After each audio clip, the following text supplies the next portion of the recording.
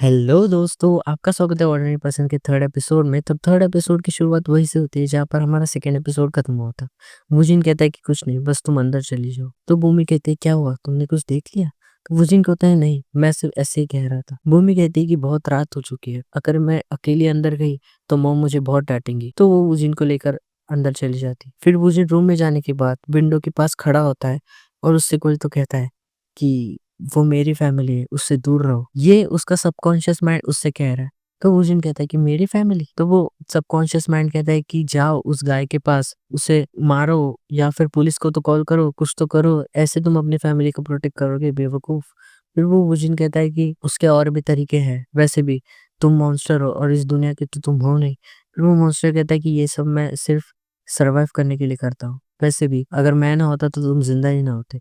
Rosin कहता है कि मैं जिंदा हूँ खुद की वजह से, और वैसे भी मैं ना होता तो तुम इस वर्ल्ड में ही ना होती। फिर वो मॉन्स्टर कहता है कि क्या तुम मुझे एक मॉन्स्टर कह रहे हो? तो तुम क्या हो? तुम क्या मुझसे अलग हो, या फिर तुम्हें लगता है कि क्या तुम मुझसे बेहतर हो? फिर रोजिन कहता है मेरी बॉडी, मैं इस बॉडी का मालिक हूँ, वैसे भी तुम्हें मैंने ही तो बनाया है। फिर वो मॉन्स्टर कहता है कि तुम्हें लगता है तुम मुझसे अलग हो, वो मेरी बॉडी है, और तुम्हें जब एंजाइटी हुई थी और डर लगा था तब मेरा जन्म हुआ था, और तुम्हें जब भी फियर और एंजाइटी होती है तब मुझे आना पड़ता है। मुझे सोच रहा होता है कि मैं क्या करूं, इसे कंट्रोल करूं या फिर मेरे सबकॉन्शियस माइंड को समन करूं। मुझे सिर्फ मेरे नॉलेज को मैक्सिमाइज करना पड़ेगा। फिर वो सोच रहा होता है और कहता है कि तुम बाहर आ जाओ। फिर उसका सबकॉन्शियस माइंड उसके बाहर आ जाता है, मतलब उसके अंदर दो पर्सनैलिटीज है, पर्सनैलिटी शिफ्ट हो जाती है। फिर वुजिन घर के बाहर आ जाता है और वो इंसान अभी भी वही होता है जो उसने पहले देखा था। फिर वुजिन उस इंसान के पास से गुजरता है और फिर अपना हाथ उठाता है और कहता है कि ये मुझे यूनिवर्स से गिफ्ट है कि मैं अपने अंदर दो पर्सनैलिटीज छुपा सकता हूँ। वुजिन कहता है कि मुझे लगता है इसने सारी प्लानिंग आज की पहले से ही करके रखी है। फिर वो इंसान कहता है कि क्या कह क्या रहे हो तुम? वो जिन कहता है कि क्या कह रहा हूँ मैं, ये सब तुम बोरिंग कर रहे हो भाई। तो वो इंसान कहता है कौन हो तुम? वो जिन कहता है कि कौन हूँ मैं, ये तो मुझे हर्ट हो गया। मैं तो तुम्हें बहुत अच्छे से जानता हूँ मिस्टर। तुम लंच में क्या खाते हो, तुम डिलीवरी फूड करते हो, और तुम माउंटेन्स से मोटरसाइकिल पर यहाँ आते हो, और हाँ हमारे घर के पास कुत्ते की तरह घूम रहे होती, और तुम्हारी बाजू में बिल्ली के बाल लगे, क्या तुम बिल्ली को मारकर पंचेस की प्रैक्टिस कर रहे थे? तो वो क्रिमिनल हैरान हो जाता है। फिर वो जिन कहता है कि मैं, और उसे जोर की किक मारता है और वो इंसान नीचे गिर जाता है। वुजिन कहता है कि तुम्हारे जैसे इंसान भी ना, और फिर अपनी शर्ट फाड़कर उसे दिखाता है कि उसके शरीर पर कितने सारे स्कार्स हैं। वो क्रिमिनल या इंसान उसे देखकर डर जाता है और कहता है, वुजिन कहता है कि ये स्कार्स देख रहे हो, अगर वापस मुझे यहाँ पर दिखे तो यही तुम पर भी उठा दूंगा या फिर बना दूंगा। वुजिन कहता है कि तुम अगर समझ गए होगे तो या फिर कीड़े की तरह मत घूमना, यहाँ से भाग जाना। और फिर वहां पर बारिश शुरू हो जाती है। वुजिन कहता है कि ये बारिश की आवाज कितनी सुरीली है। और फिर सीन शिफ्ट होता है और सुबह हो जाती है। 4 दिन गुजर जाते हैं। वुजिन और उसकी बहन दोनों रूम में बैठे होते हैं और वुजिन स्टडीज कर रहा होता है और वो बहुत तेजी से आंसर टिक कर रहा होता है। वहां पर भूमि आती है और कहती है कि तुमने सारे आंसर सॉल्व कर दिए? वुजिन कहता है हाँ। क्या तुमने सारे पढ़े थे? वुजिन कहता है हाँ मैंने सारे पढ़े थे। फिर वो कहती है लाओ मैं चेक कर दी हूँ। वो सारे आंसर चेक कर दिए और कहती है तुमने आंसर ऐसे सॉल्व किए जैसे कि तुमने गेस मारा हो। फिर वो उसे कहती है कि ये लो दूसरी बुक ट्राई करो। फिर वो उसे दूसरी बुक कहती है, देती है। फिर वुजिन वो भी जल्दी जल्दी से सॉल्व कर देता है और कहते हैं कि क्या तुमने सच में सारे आंसर्स पढ़े? तो कहता है हाँ। तो उसकी बहन उससे कहती है कि तुम बहुत जीनियस हो। उस दिन कहता है मैं जीनियस नहीं, मैं सिर्फ नॉर्मल पर्सन हूँ।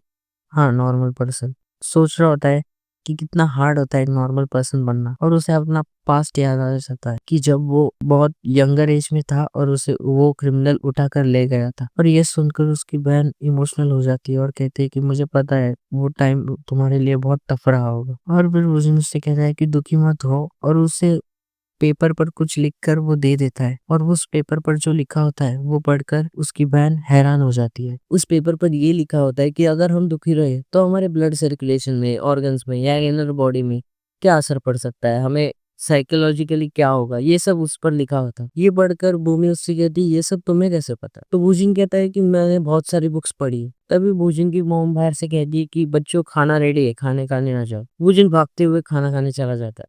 फिर सीन शिफ्ट होता है और रात हो जाती है।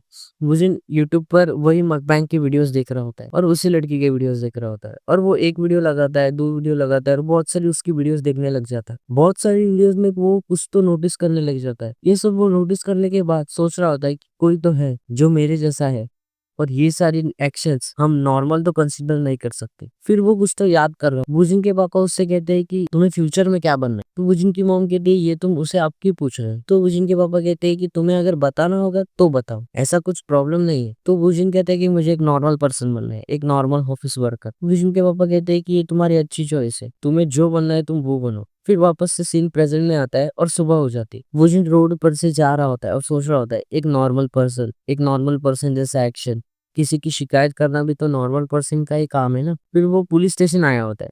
पुलिस स्टेशन के अंदर का सीन हमें दिखाया जाता है। वहां पर एक डिटेक्टिव बैठा होता है और उसके सामने एक लड़का बैठा होता है। डिटेक्टिव उससे कहता है कि क्या तुम कह रहे हो कि ये तुमने नहीं किया? वो लड़का कहता है कि मैं कसम खाता हूँ ये मैंने नहीं की। डिटेक्टिव कहता है कि तुम सीसीटीवी में पकड़े गए हो, हमारे पास एविडेंस है, और तब भी तुम कह रहे हो कि ये तुमने नहीं की। तो वो लड़का कहता है कि मैं सच में ये मैं हो ही नहीं सकता, मैं ऐसे टोपी नहीं पहनता। डिटेक्टिव कहता है कि तुम आखिर तक मानोगे ही नहीं ना, हमारे पास विटनेस भी है। तो वो लड़का कहता है कि कौन है विटनेस, किसने मुझे देखा? मैं वहां पर था ही नहीं, तो मुझे कैसे कौन देख सकता है? फिर वहां पर वुजिन आ जाता है और कहता है हेलो डिटेक्टिव। तो डिटेक्टिव उसे पहचान नहीं पाता। फिर वापस से वुजिन कहता है हेलो डिटेक्टिव किम ताइहुन। फिर वो डिटेक्टिव कहता है हाँ तुम तो वुजिन हो ना, क्या तुम सच में वुजिन हो? 3-4 दिन में तुम कितने बदल गए। मैंने जब तुम्हें देखा था तो तुम्हारे बाल वाल फुल बड़े थे। हमें पास्ट का दिखाया जाता है, जब पुलिस वाला उसे 12 साल के, जब वो बंद था तब उसे वेयर हाउस में से निकाल कर कैसे घर पे ले जा रहा है, वो सब हमें दिखाया जाता है। फिर सीन वापस से प्रेजेंट में आता है। वुजिन डिटेक्टिव से कहता है कि हाँ थैंक यू, मैं अब ठीक हूँ। डिटेक्टिव कहता है कि तुम बोलना भी सीख गए हो। बस डिटेक्टिव कहता उस पुलिस वाले से कैसा इसे अंदर डालो। फिर वो उस लड़की को लेकर चले जाता है। फिर वुजिन डिटेक्टिव को कहता है क्या ये सिचुएशन भी वैसी ही है जैसी हर बार होती है? डिटेक्टिव कहता है मतलब? वुजिन कहता है कि हर बार क्रिमिनल जब पकड़ा जाता है तब वो मना ही करता है ना। डिटेक्टिव कहता है हाँ उनकी एक ही स्क्रिप्ट होती है, वो पकड़ने के बाद पकड़े जाने के बाद यही कहते हैं कि हमने नहीं किया ये सब। वैसे तुमने मुझे कैसे ढूंढा? तुम क्या मुझे मिस कर रहे थे? या तक पहुंची किसी को? भूषण कहता है कि मुझे आपको कुछ तो दिखाना है। तो डिटेक्टिव कहता है कि क्या दिखा, क्या है? क्या तुम कुछ लेना लाओगे, चाय पानी, या फिर बाहर जाकर बात करें? तो भूषण कहता है नहीं मैं ठीक हूँ, पहले आप ये देखिए। तो डिटेक्टिव उसे देखकर कहता है कि क्या मकबैंग, ये क्या है, कौन है ये लड़की, क्या तुमने नया यूट्यूब से स्टार्ट किया है? तो बुजिन उसे मकबैंग की वीडियो दिखाता है, कहता कि नहीं पर मुझे लगता है ये लड़की मेरी जैसी है। पहले आप देखो उसकी आंखें राइट साइड की तरफ, ऊपर की तरफ शिफ्ट हो गई है, मतलब वो झूठ बोल रही है। और उसकी फिंगर स्लिप्स की तरफ है, मतलब वो नर्वस हो गई है। और जब झूठ बोलते वक्त इंसान नर्वस हो जाता है, इसका मतलब वो अपना झूठ वापस लेना चाह रहा है पर वो ले नहीं सकता। और इस वीडियो में वो अपने लिप्स को थोड़ी सी काट रही है, मतलब वो एंजाइटी में है या फिर नर्वस फील कर रही है। पर इतने डिलीशियस खाने के सामने नर्वस फील करना, ये तो थोड़ा सा स्ट्रेंज हो गया ना। ऐसा भी उसे लग रहा होगा कि खाना टेस्टी नहीं हुआ तो, लेकिन उसकी आंखें राइट की तरफ ऊपर शिफ्ट है, मतलब वो तो कह रही है कि खाना डिलीशियस है, पर उसकी आंखें कुछ तो और ही कह रही है, मतलब उसके वर्ड्स और एक्शंस कुछ मैच नहीं करने। और हर वीडियो में जब भी मैं देखता हूँ उसके शोल्डर्स ऐसे टंगे हुए से रहते हैं, और ये तब होता है जब हम किसी अनकंफर्टेबल सिचुएशन में हो या फिर डरे हुए सिचुएशन में। ये एक सेल्फ डिफेंस का फॉर्मेट है। और इस वीडियो में उसकी आंखें लेफ्ट लेफ्ट साइड पर ऊपर शिफ्ट हो गई है, मतलब वो झूठ नहीं कह रही पर वो कुछ तो याद कर रही है और अपना मुंह ढक रही है, मतलब वो कुछ तो छुपा रही है। ऐसा कुछ जो अगर उसने बता दिया तो उसे बहुत बड़ा नतीजा भुगतना पड़ेगा।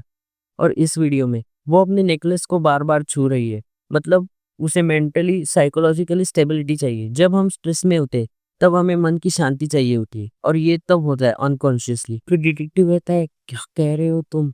तो वुजिन कहता है कि ये हेल्प मांग रही है। मतलब देखो इस वीडियो में उसने हेयर से एस बनाया है, और इस फोटो में उसने, मतलब वीडियो में उसने हेयर बैंड से ओ बनाया है, और इस वाले में नूडल्स से एस बनाया है। ये सारे कोइंसिडेंस को और सारे माइक्रो एक्सप्रेशंस को देखा जाए तो मुझे नहीं लगता ये कोइंसिडेंस समझकर इग्नोर कर देनी चाहिए। अगर दूसरे वर्ड्स में कहने जाए तो वो भी मेरी जैसी कैद है जैसे मैं था। डिटेक्टिव कहता है कैद? तो वुजिन कहता है हाँ, मतलब अगर देखा जाए कि उसने कैसे हेयर से, हेयर बैंड से और नूडल्स से हिंट्स दिए है, मुझे तो यही लगता है वो हिम्मत बहुत दिखा रही है। जेटी कहता है कि मतलब वुजिन तू एग्जैक्टली क्या कहना चाहती है? तो वुजिन कहता है कि विक्टिम करीबन 20 साल की होगी और अकेली होगी, उसके पेरेंट्स नहीं होंगे और वो ऐसी कठिन चीज़ों में ही पली-बड़ी होगी और क्रिमिनल्स भी कुछ एक नहीं होगा, 3-4 ज़रूर होंगे और वो भी टीनेजर्स ही होंगे, कुछ 20 साल के होंगे या फिर 18 साल के। और यहीं पर हमारा एपिसोड खत्म हो जाता है। Thank you.